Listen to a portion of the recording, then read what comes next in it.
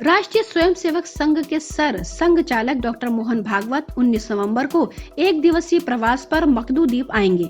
संघ और अनुषांगिक संगठन के अलावा भारतीय जनता पार्टी के दिग्गज भी तैयारी में जुटे हैं। 2018 के विधानसभा चुनाव में करारी हार का सामना कर चुकी भारतीय जनता पार्टी के लिए अब आरएसएस ने 2023 के चुनाव के लिए तैयारी शुरू कर दी है। बिलासपुर में बुधवार से राष्ट्रीय स्वयंसेवक संघ का 3 दिवसीय घोष वर्ग प्रशिक्षण शिविर शुरू हो गया है।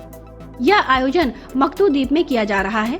आयोजन के आखिरी दिन 19 नवंबर को संघ प्रमुख मोहन भागवत भी शामिल होंगे।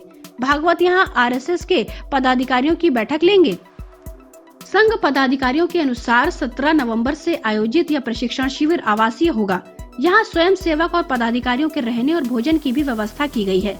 प्रशिक्षण शिविर में संघ के 100 से ज्यादा सेवक भाग ले रहे हैं।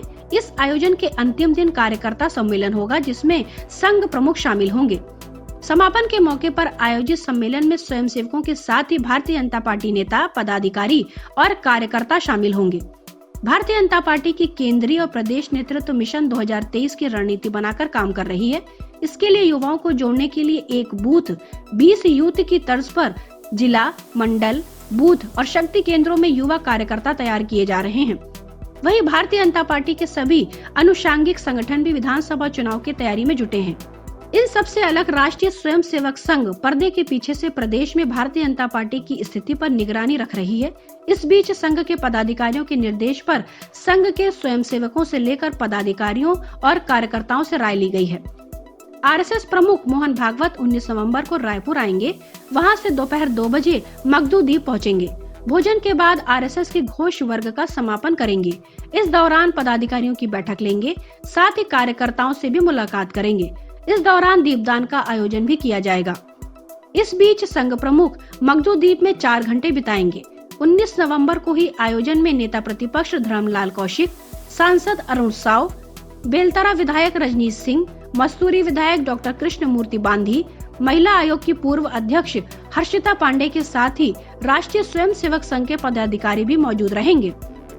इस आयोजन को लेकर संघ के सहयोगी संगठनों के साथ ही भारतीय जनता पार्टी और उनके अपने सहयोगी संगठनों के भी सियासी सक्रियता बढ़ गई है।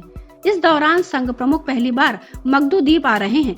संघ पदाधिकारियों का कहना है कि मकदू द्वीप 4 जिलों की सीमा के बीच है, लिहाजा बिलासपुर के साथ ही मुंगेली, बेमेतरा, भाटापारा, बलौदाबाजार जिले के साथ ही बिलासपुर संभाग के पदाधिकारी भी शामिल होंगे। Bureau report, public news. Rajasthan की तरह ही छत्तीसगढ़ कांग्रेस में भी घमासान जारी है। मुख्यमंत्री भूपेश बघेल और स्वास्थ्य मंत्री टीएस सिंहदेव के बीच 36 के आंकड़े ने कांग्रेस के सियासी समीकरण को उलझा दिया है। छत्तीसगढ़ की राजधानी में सुलग रही राजनीतिक आग बहुत जल्द बुझने वाली नहीं है।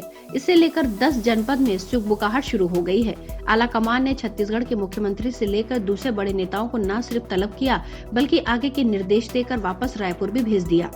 सूत्रों का कहना है कि उत्तर प्रदेश में होने वाले विधानसभा चुनाव के बाद छत्तीसगढ़ में मची राजनीतिक उठापटक का फैसला होना तय है। इसलिए इस फैसले का आधार उत्तर प्रदेश में होने वाले चुनाव के परिणामों पर भी निर्भर होगा, क्योंकि भूपेश बघेल की राजनीतिक क्षमता का आकलन उत्तर प्रदेश के चुनावी परिणामों से ही नापा जाएगा।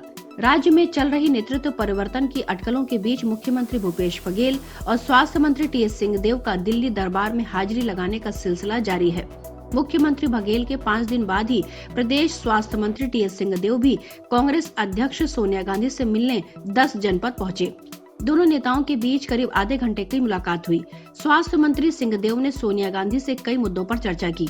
प्रदेश में टीकाकरण की स्थिति के अलावा स्वास्थ्य सुधारों के विस्तार की जानकारी भी साझा की। इसके बाद वे फिर राजधानी रायपुर के लिए रवाना हो गए। स्वास्थ्य मंत्री टीएस सिंहदेव पारिवारिक काम से भोपाल में थे। उन्हें बुधवार को रायपुर लौटना था।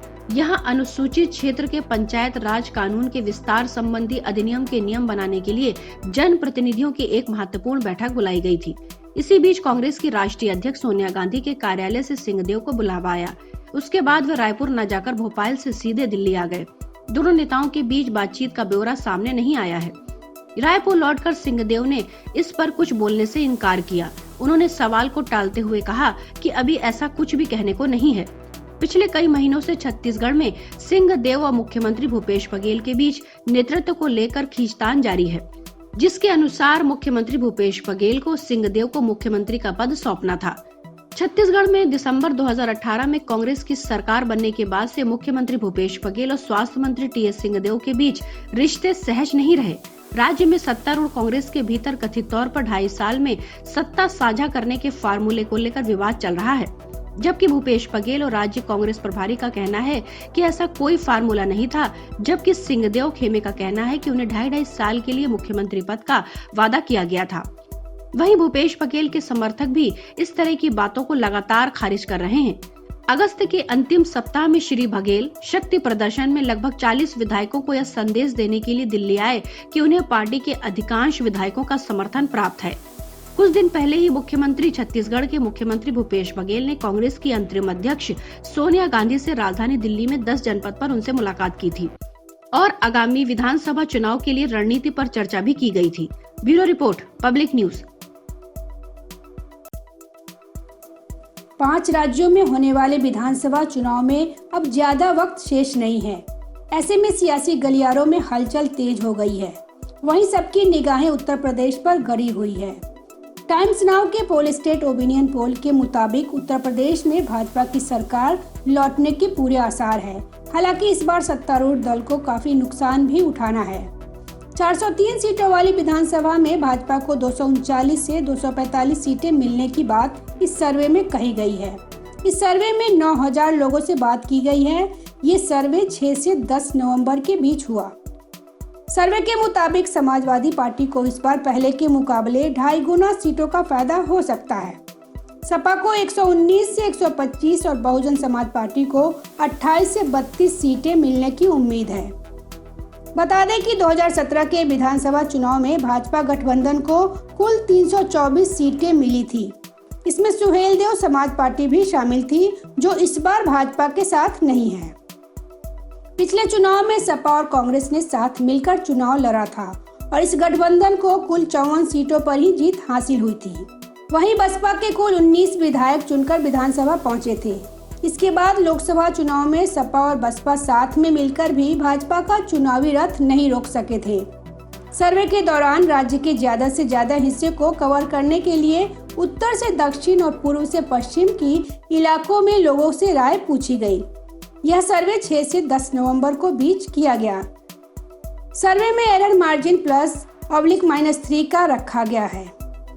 पोल स्टेट के डायरेक्टर के मुताबिक इस सर्वे में हर इलाके और समुदाय के लोगों को शामिल किया गया। प्रधानमंत्री मोदी ने पूर्वांचल एक्सप्रेसवे का उद्घाटन किया है। उन्होंने इस दौरान विरोधी पार्टियों को निशाने पर भी लिया।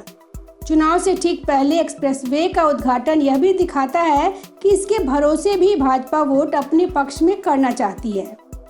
पूर्वांचल में कुल 92 विधानसभा सीटें हैं। सर्वे के मुताबिक इसमें से 47 से 50 सीटें भाजपा के खाते में जा सकती है। वहीं सपा को 31 से 35 सीटें हासिल हो सकती है। अवध क्षेत्र में कुल 101 सीटें हैं, जिसमें से भाजपा को 69 से 72 सीटें पर जीत हासिल हो सकती है। वहीं बसपा के खाते में 7 से 10 सीटें और सपा के खाते में 23 से 26 सीटें जा सकती है। बता दें कि पिछले विधानसभा चुनाव में भाजपा को 84 सीटें मिली थी। राम मंदिर आंदोलन और कमंडल की राजनीति को बीजेपी के उभार का सबसे बड़ा कारक माना जाता है। जब राम मंदिर आंदोलन अपने पूरे शबाब पर था, तब भी बीजेपी 2017 जैसा प्रदर्शन नहीं कर सकी थी। 1980 में बीजेपी के राजेंद्र अग्निहोत्री ने झांसी सीट से जीतकर पहली बार बुंदेलखंड में बीजेपी का खाता खोला था। बाद में 1985 में गरौठा सीट से मानवेंद्र सिंह ने बीजेपी से टिकट पर जीत हासिल की थी। वर्ष 1991 के विधानसभा चुनाव में बीजेपी ने सबसे ज्यादा 11 सीटें हासिल की थी।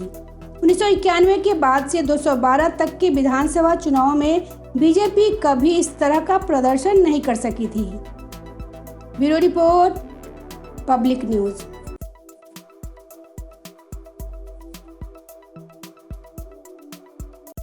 छत्तीसगढ़ पिछड़ा वर्ग ओबीसी कांग्रेस के प्रदेश अध्यक्ष डॉक्टर चौलेश्वर चंद्राकर के खिलाफ अब जांजगीर के ट्रांसपोर्टर्स ने मोर्चा खोल दिया है। ट्रांसपोर्टर्स ने कहा है कि चंद्राकर ने हमें परेशान कर रखा है और हमसे पैसे भी मांगते थे। हमने जब पैसे देने से इनकार कर दिया, तब हमारी गाड़ियों को रोक दिया गया। इतना ही नहीं, ट्रक के ड्राइवर के साथ चंद्राकर ने मारपीट की। ट्रांसपोर्टर्स इसी बात का विरोध जताने के लिए और ड्राइवर से मारपीट के खिलाफ कार्रवाई की मांग को लेकर मंगलवार को बाराद्वारा थाने पहुंचे थे। मंगलवार को ट्रांसपोर्टर 40 गाड़ियों को लेकर थाने पहुंचे और टीआई से कहा कि इन गाड़ियों की चाबी आप अपने पास रख लीजिए। काफी समझाने के बाद ट्रांसपोर्टर्स माने और थाने से वापस गए। दरअसल यह विवाद शुरू हुआ रविवार सोमवार की दरमियान रात तो 40 ट्रकों को रोकने से। उस रात को डॉक्टर चौलेश्वर चंद्राकर ने रात को करीब 2 बजे 40 ट्रकों को रोक लिया था और करीब 10 घंटे तक रोके रखा था। इतना ही नहीं, चंद्राकर उसी रात एक ड्राइवर के साथ मारपीट करने और उस पर जातिगत टिप्पणी करने का भी आरोप लगा था। इस मामले में सोमवार को ड्राइवर अजय कुमार टंडन ने शिकायत की थी। शिकायत में ड्राइवर ने बताया कि वह रविवार सोमवार की रात करीब 1:30 बजे से लेकर 2 बजे के बीच ट्रक लेकर बाराद्वारा इलाके में आया था। उसी दौरान कांग्रेस नेता डॉक्टर चौलेश्वर चंद्राकर और उनके साथी नरेश राठौर मौके पर पहुंच गए। ड्राइवर ने बताया कि दोनों सफेद कार से आए थे और उन्होंने ट्रक को रुकवा लिया। ट्रक रुकवाकर डॉक्टर चौलेश्वर चंद्राकर ने उसे गाली दी और जातिगत कमेंट भी किया। इसके बाद कॉलर पकड़कर उसे ट्रक से नीचे उतारा और मारपीट करने लगे। फिर कहा कि बुला तेरे मालिक को कई बार समझाया, समझ में नहीं आता है। ड्राइवर का आरोप है कि नेता ने कहा कि हमारी अनुमति के बिना गाड़ी यहाँ से नहीं चलेगी, जब तक हमें पैसे नहीं दोगे तब तक गाड़ी आगे नहीं जाएगी, और ट्रक को रुकवा लिया। मंगलवार को थाने पहुंचे ट्रांसपोर्ट एसोसिएशन के अध्यक्ष दीपक राय ने बताया कि हमने ड्राइवर के साथ हुई मारपीट के मामले में कार्रवाई की मांग की है। दीपक ने बताया कि चंद्राकर हमें परेशान कर रहे थे, हमसे चंदा के नाम पर पैसे की मांग की जा रही थी। उन्होंने बताया कि कुछ समय पहले चंद्राकर ने चेतावनी दी थी कि अगर इस क्षेत्र में गाड़ी चलानी है तो हमसे मिलो। जब हमने उनकी मांग नहीं मानी तो इसका परिणाम यह हुआ कि उन्होंने हमारी गाड़ियों को रोक लिया। उन्होंने कहा कि इस घटना के बाद ट्रांसपोर्टर्स, ड्राइवर और हेल्पर सभी डरे हुए हैं। पूरे मामले को लेकर ट्रांसपोर्टर्स ने जांच पर कार्रवाई की मांग की है। इस मामले में चौलेश्वर चंद्राकर ने कहा कि जिले में बेतहाशा ओवरलोड गाड़ियां दौड़ रही थी।